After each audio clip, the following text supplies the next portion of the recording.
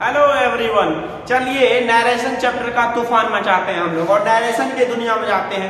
2024 में बोर्ड परीक्षा में एग्जाम देने वाले प्रत्येक स्टूडेंट के लिए और जो भी ग्रामर को मजबूत करना चाहता है उसके लिए एक महत्वपूर्ण वीडियो है। आप बने रहिए वीडियो में अगले कुछ देर के लिए और इस चैप्टर का आप पूरी तरीके से क्लियर कीजिए।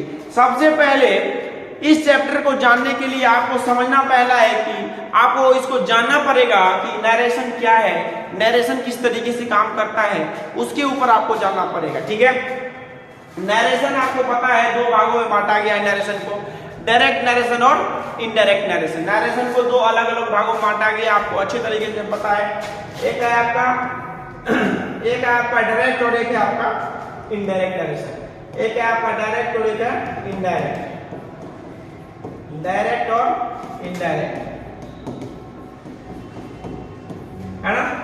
सब लोग समझ गए? कॉपी निकाल लीजिए, कॉपी नहीं निकाल सकते तो आप स्क्रीनशॉट भी ले सकते हैं और वीडियो को अपने दोस्तों के साथ शेयर कीजिए। जितना ज्यादा शेयर कीजिएगा उतना हौसला भी मिलेगा और ज्यादा मजा आएगा, है ना। और तैयारी जबरदस्त तरीके से होगा। नरेशन आपका दो है, डायरेक्ट नरेशन और इनडायरेक्ट नरेशन। आज कुछ वीडियो इसका जो है कि हम लोग करेंगे आज और नेक्स्ट वीडियो में और सारे आपको मिलेगा जितना भी इसका है। नरेशन आपका है दो, डायरेक्ट नरेशन और इनडायरेक्ट नरेशन। अब हम आगे जाएंगे, इसमें जानने की कोशिश करेंगे कि डायरेक्ट नरेशन किस तरीके से काम करता है पहले, ठीक ना। फिर सवाल पे जाएंगे हम। ये आपका हो गया डायरेक्ट, ठीक है। डायरेक्ट नरेशन में क्या क्या महत्वपूर्ण चीज है उसको हमको पहले समझना है, उसके बाद इनडायरेक्ट पे जाएंगे। तो सबसे पहले आप समझ लीजिए कि डायरेक्ट नरेशन में आपको कॉमा और इन्वर्टेड कॉमा रहता है, ठीक है। कॉमा रहेगा या फिर आपको इन्वर्टेड कॉमा रहता ही रहता है। कॉमा या इन्वर्टेड कॉमा आपको रहेगा, आपको इसमें डायरेक्ट नरेशन में कॉमा या इन्वर्टेड कॉमा आपको डायरेक्ट नरेशन में रहता है। कॉमा इन्वर्टेड कॉमा को हटाते हैं तो हम क्या लिखते हैं?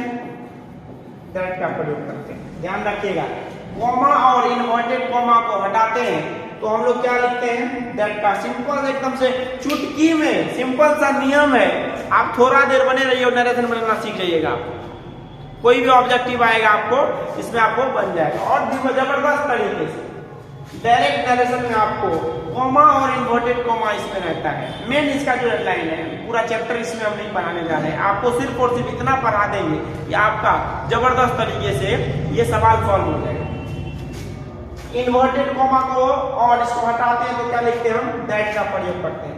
अब समझने की कोशिश कीजिए, डायरेक्ट नरेशन के सेंटेंस को दो भागों में बांटा गया। डायरेक्ट नरेशन के सेंटेंस को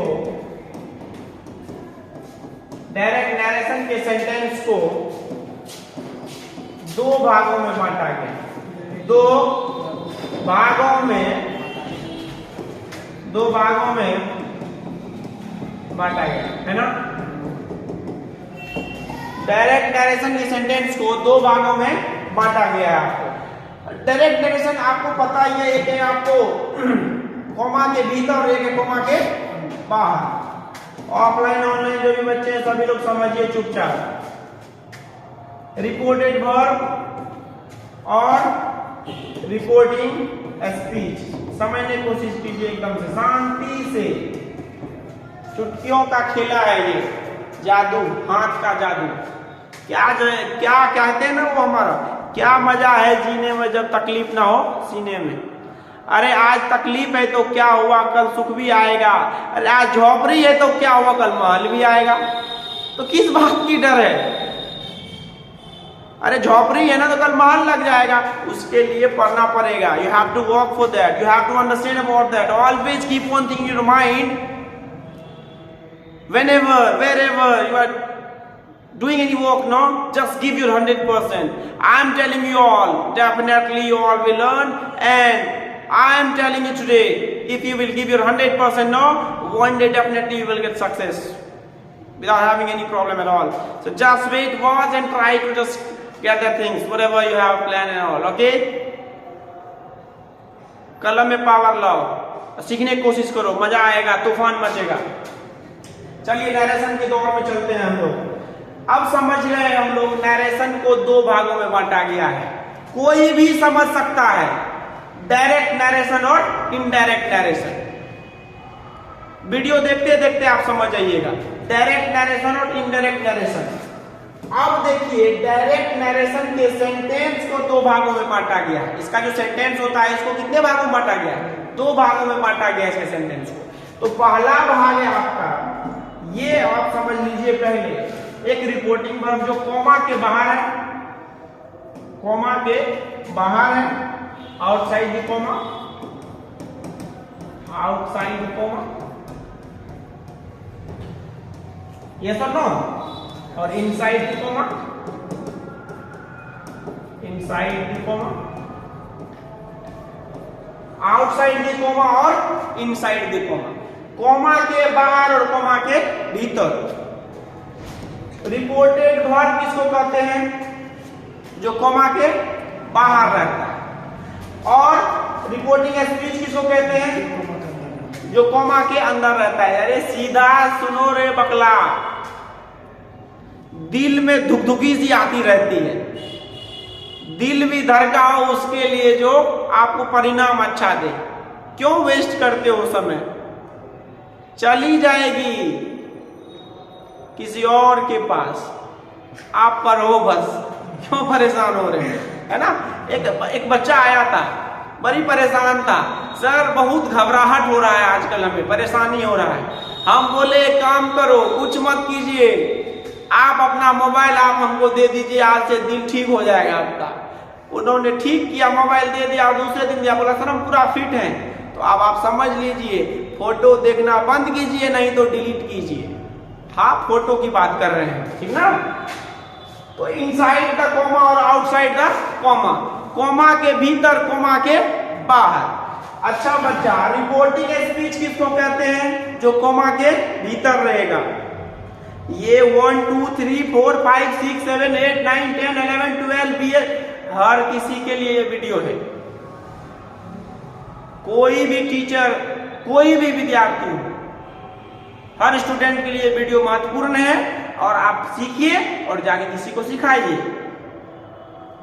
लर्न, सीखिए और फिर सिखाइए। तो डायरेक्ट नरेशन के सेंटेंस को कितने भागों में बांटा गया है? दो भागों में बांटा गया है ना? डायरेक्ट नरेशन के सेंटेंस को दो भागों में बांटा गया। एक हो गया आपको आउटसाइड द कॉमा और एक हो गया आपको इनसाइड द कॉमा। तो कॉमा के अंदर क्या है? कॉमा के अंदर है आपको रिपोर्टेड वर्ब, और इनसाइड द कॉमा, कॉमा के अंदर क्या है? कॉमा के अंदर आपको स्पीच। ये बात अगर जिस विद्यार्थी को क्लियर हो गया है वो समझ जाएंगे। अभी एक एग्जांपल दे रहा है, आप खुद खोजिए। चलिए आप सब लोग खोजिए। She says to me I love you। हाँ, I love you, ये शब्द सुनते थोड़ा सा होता I love you। हाँ, I love you too। इसमें आप बताइए रिपोर्टेड वर्ब कौन है और रिपोर्टिंग स्पीच क्या है? ठीक है, आप बताइए रिपोर्टेड वर्ब और रिपोर्टिंग स्पीच। तो ये हो गया कॉमा के अंदर और ये हो गया कॉमा के बाहर। तो ये हो गया आपको आरबी और ये हो गया आपको आरएस। कॉमा के बाहर, कॉमा के भीतर, कॉमा के बाहर हो गया और कॉमा के भीतर हो गया। तो ये हमको समझना था और ये महत्वपूर्ण था हमारे लिए। आज जो है कि जितना जबरदस्त तरीके था इसको हमको समझना था, इसमें हमको ज्यादा जरूरी था समझने का। अब हम इसको सवाल बनाने के लिए जाएंगे। हमको पूरा विश्वास है कि समझ गया होगा विद्यार्थी। कॉमा के अंदर जो रहता है उसको बोलते हैं स्पीच और कॉमा के जो बाहर रहता है उसको बोलते हैं वर्ब। क्लियर है? हर किसी का टॉपिक क्लियर है, एक एक बच्चा का क्लियर है। तूफान मचाओ पूरे बिहार के अंदर, दिल धड़कने से थोड़ा सा दूर रहो और तैयारी शुरू करो आज से। दिल धड़काओ किताब के लिए, है ना? चलिए अब सवाल बनाने के ऊपर हम लोग आते हैं, ठीक ना। सबसे पहले पहला पॉइंट समझिए, अगर हमको डायरेक्ट, डी का मतलब क्या हुआ, डायरेक्ट नरेशन, ध्यान दीजिए एकदम शांति से, डी का मतलब क्या हुआ, डायरेक्ट नरेशन। अगर आपको डायरेक्ट नरेशन में से मिल रहा है तो इनडायरेक्ट में क्या मिलेगा, 10। अगर सेज मिल रहा है 2, हाँ से 2 और सेज 2 अगर मिलेगा तो टेल्स, सेड मिलेगा तो वेरी नाइस, टोल्ड, बहुत बढ़िया। अगर आपको डायरेक्ट नरेशन में, अगर आपको डायरेक्ट नरेशन में से मिलेगा तो उसमें क्या बदलेंगे, टेल। अगर आपको सेज मिलेगा तो टेल्स, अगर आपको सेड मिलेगा तो टोल्ड। क्लियर है, खरे खरी आपको हम सिखा देंगे बिना कॉपी कलम के, एक एक पुर्जा पुर्जा हिला के रख देंगे हम ग्रामर का और आपके लिए। आप बने रहिए वीडियो को, और वीडियो को थोड़ा शेयर करो, ठीक ना, अपने दोस्तों के साथ शेयर करो, है ना। अब आगे की क्वालिटी देखते हैं क्या है इसमें। ये बात तो समझ गया, अच्छे से समझ गया, ताली बजा के समझ गया, ताली बजा के भी समझ गया। चलो ऑफलाइन में भी बच्चे हैं ताली बजा के, वेरी नाइस, बहुत अच्छा, ताली बजा के हम लोग समझ गए। अब जब ताली बजा के ये समझ ही गए हैं, और तो एक और चीज समझो ना, एक और चीज समझो, इन्वर्टेड कॉमा को हटाएंगे तो क्या लिखेंगे, दैट लिखेंगे। ई रहेगा डायरेक्ट नरेशन में तो उसके जगह पे क्या आ जाएगा, बस सिंपल सी बात है। और एक और लाल कलम से लिखते हैं तुम्हारे लिए। अरे बोलते ना खून से हाथ चीर लेंगे, अबे हाथ चीरो ना अपने लिए, अपने पढ़ाई के लिए चीरो ना, खून बहाओ ना, चीर लेंगे हाथ। अब पता नहीं किसके लिए कौन चीरता है, हाँ भाई मेरे, है ना, आजकल के बच्चे भी महान हैं, कोई बात नहीं, चीरो। महत्वपूर्ण बात है, इसके लिए लाल कलम चला दिए, है ना। ये दोनों अगर रहेगा तो टेंस में परिवर्तन नहीं होगा। अगर हमको डायरेक्ट नरेशन में ये दोनों रहेगा तो टेंस में परिवर्तन नहीं होगा। जिस टेंस में हमको क्वेश्चन है वही टेंस में हमको सवाल बनाना है, ओके। अगर ये रहेगा डायरेक्ट में तब टेंस बदलेगा। अब वो टेंस कैसे बदलेगा वो हम आपको सिखाएंगे, है ना। पहले आज बिना टेंस वाला सीखिए, उसके बाद नेक्स्ट वीडियो में आप टेंस बदलने वाला सीखिए। चलिए आगे की ओर बढ़ते हैं, गाड़ी को स्टार्ट कर दिए, आगे बढ़ने दीजिए। अब पढ़िए एकदम से मस्ती से, देखिए डायरेक्ट इन्वर्टेड कॉमा हटेगा तो दैट। अब हम आपको पर्सन के बारे में समझा रहे हैं, how to change person, yes और no, how to change person. अरे पर्सन में कैसे बदलाव होगा, तो पर्सन आपको पता होना चाहिए।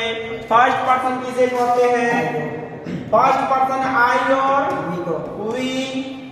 रुको एकदम से, एक एक सवाल को देंगे, रगड़ के रख देंगे। फर्स्ट पर्सन, है ना, फर्स्ट पर्सन आई और वी।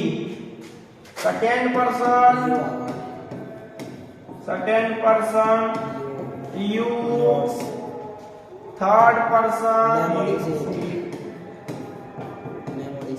मास्टर माइंड बनना है, he she it name they etc जो भी है, ठीक ना। चलिए ईटीसी का फुल फॉर्म बताइए, बहुत लिखता है ईटीसी ईटीसी ईटीसी, क्या होता है ईटीसी, बताओ सब लोग, बताओ कोई। एक्सेट्रा होता है, एक्सेट्रा का स्पेलिंग बता दीजिए, ईटीसी ईटीआर है ना। अरे वही, इसके लिए हम हमेशा वो डायलॉग बोलते हैं, क्या मजा है जीने में जब तकलीफ ना हो सीने में। अरे जब तकलीफ ही नहीं होगा तो क्या मजा है, सीखिए ना। फर्स्ट पर्सन, सेकेंड पर्सन और थर्ड पर्सन।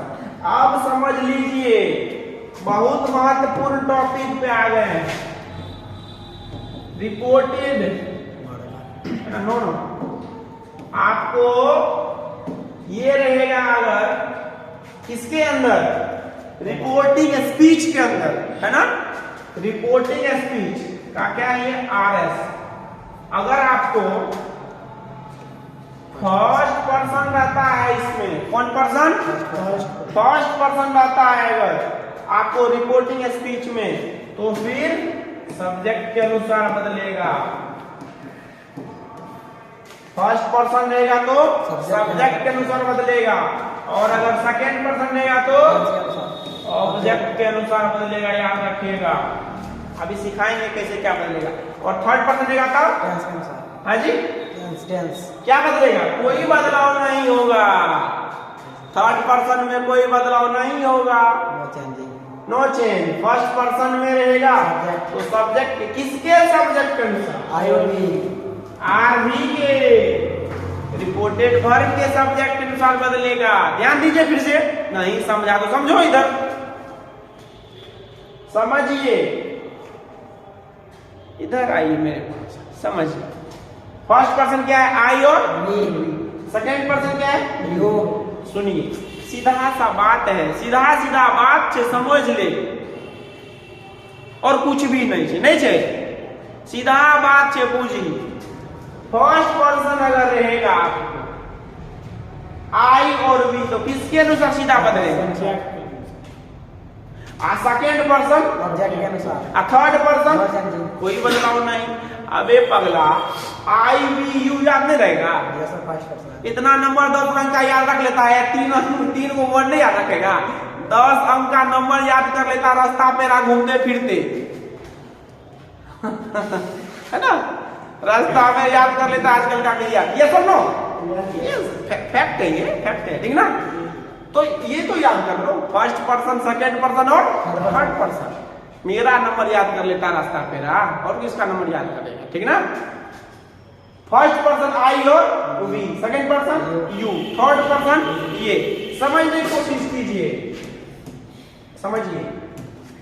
अगर फर्स्ट पर्सन आपको रह रहा है, फर्स्ट पर्सन रह रहा है, तो सब्जेक्ट के अनुसार बदलो ना। अगर सेकेंड पर्सन रह रहा है तो ऑब्जेक्ट के अनुसार बदलो। किसके अनुसार, ऑब्जेक्ट के अनुसार बदलो, ठीक ना। एकदम तूफान मचाओ, दिल में एकदम से बेचैनी मचाओ, दिल को एकदम से धड़काओ, जब तक दिल धड़के ना तब तक धड़काओ, ज्यादा मत धड़काओ, नहीं तो वो जाएगा, फिर वो गड़बड़ा जाएगा, गाड़ी एक्सीडेंट कर जाएगा, फिर कहीं पे लगा हुआ रहेगा। फिर इसके लिए पढ़ो, मेरी बात को तुम लोग बहुत अच्छे से ले लेते हो, सीरियसली ले लेते हो। Third person he she it name, है ना। अब समझिए इस बात को, बहुत ही महत्वपूर्ण टॉपिक पे हम लोग आ गए हैं। अब आ गए हैं लास्ट टॉपिक पे। आप समझने की कोशिश कीजिए, हम सवाल बनाने की ओर आ गए हैं, सवाल बनाने के लिए आ गए हैं। अब सवाल बनाएंगे हम लोग, और सवाल को बना करके देखेंगे कि एक्चुअली क्या है। अब चलिए, she say to me I am helping you, किसको है रे, आई एम हेल्पिंग यू। चलो बनाओ, सवाल बनाओ, सब लोग मने मत बनाओ, बहुत देर तक ही समझाएं। अब तुम्हारी बारी है, बनाओ बनाओ, मने मन बनाओ। अरे बनाओ, रगड़ के रख देंगे, बनाओ जल्दी। हम कॉपी लेते हैं। ए छोड़ो, ऑफलाइन के बच्चे सभी लोग बैठो लो।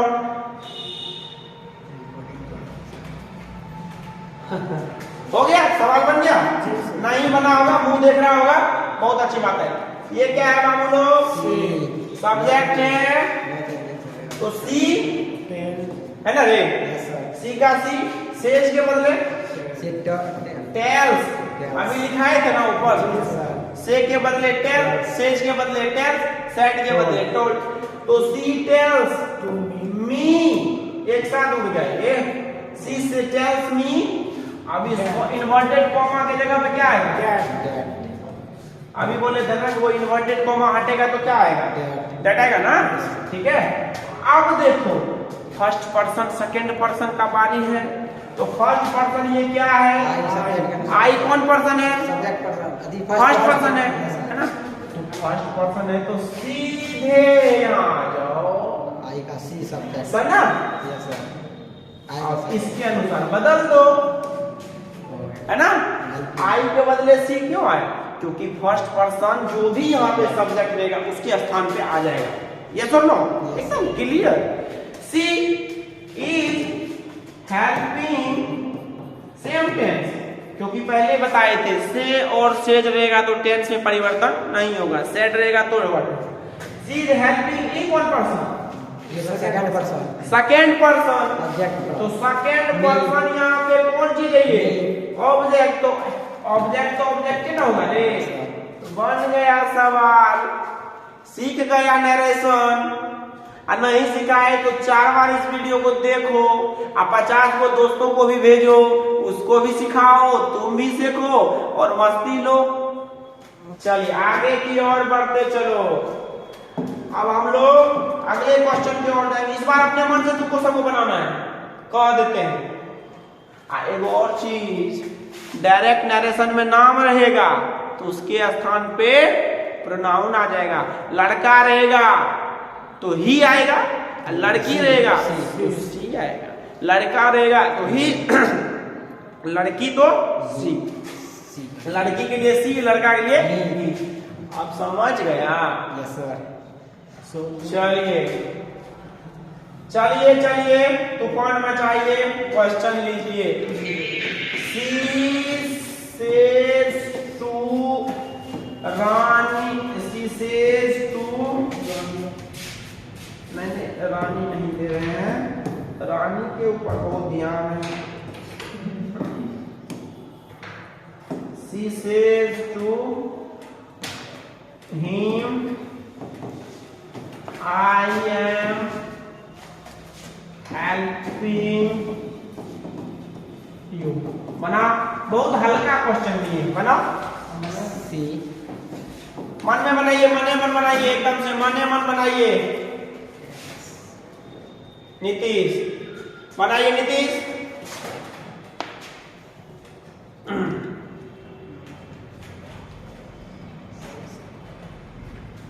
बनाइए।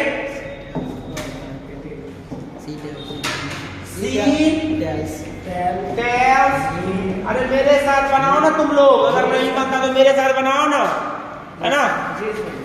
सी टेल्स हिम दैट। इतना सबका सही है? अरे सी के बदला सी, सेज के बदला टेल्स, हिम के बदला him, I one person. She first person का object subject. She helping is helping helping equal person. Second second person him, you का ऑब्जेक्ट हिम, फुल स्टॉप, है ना?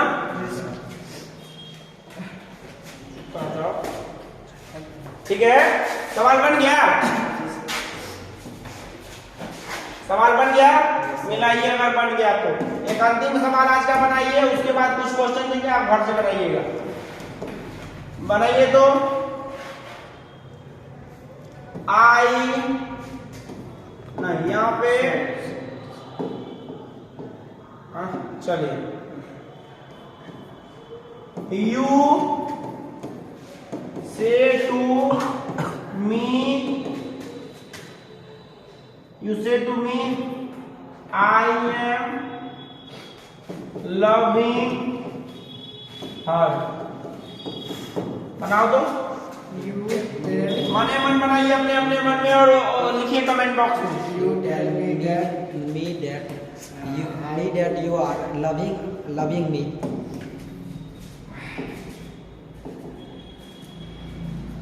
बनाइए।